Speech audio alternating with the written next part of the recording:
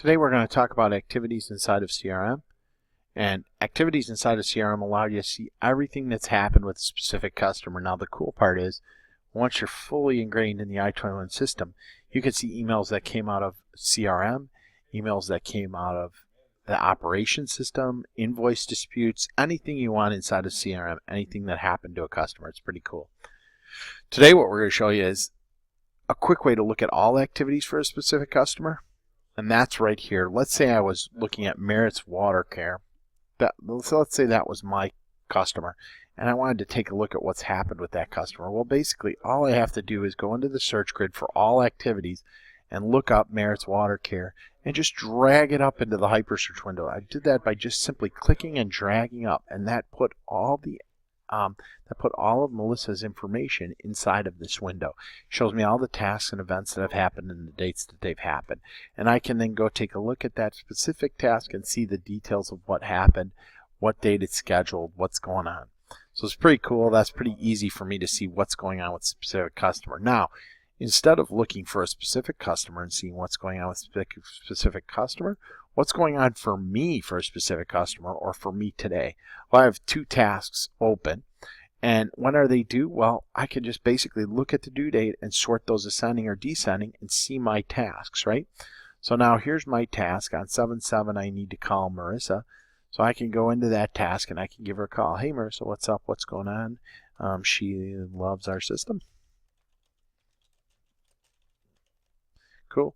And I can say, okay, I'm going to go ahead and close that event. I'm going to move that status to closed because I gave her a call. I'm going to save it. And let's say I want to call her back in a couple weeks. I can go ahead here and duplicate this particular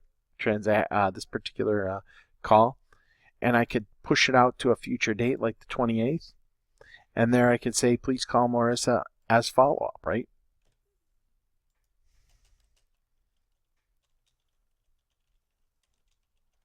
Okay. And I could clear the comments if I want or leave them in, and I can save that. And now at that point, I've got a new record out there, and I've got multiple contacts. So this is basically my ability to track activities inside the system. Again, anything that's on the screen is in the search grid, so you can search by pretty much anything. And you can actually see related to activities. And again, here's where we said if we created activities on the customer or the opportunity, they'd show up here. So it's pretty simple. Now, let's say you are doing a call and you want to add multiple people to a call. You could click on participants and you could add multiple participants to a call. So if multiple people were engaged in the call, you could add them. If you wanted to add notes, you could type in notes here and you can actually send those over to people.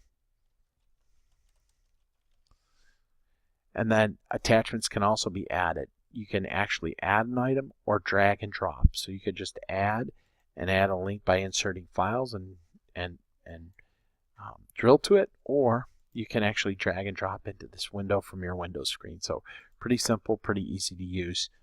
And that's it. You can actually save your activity, and now you've got a new activity out there. So very easy to sort and search and find activities in the system.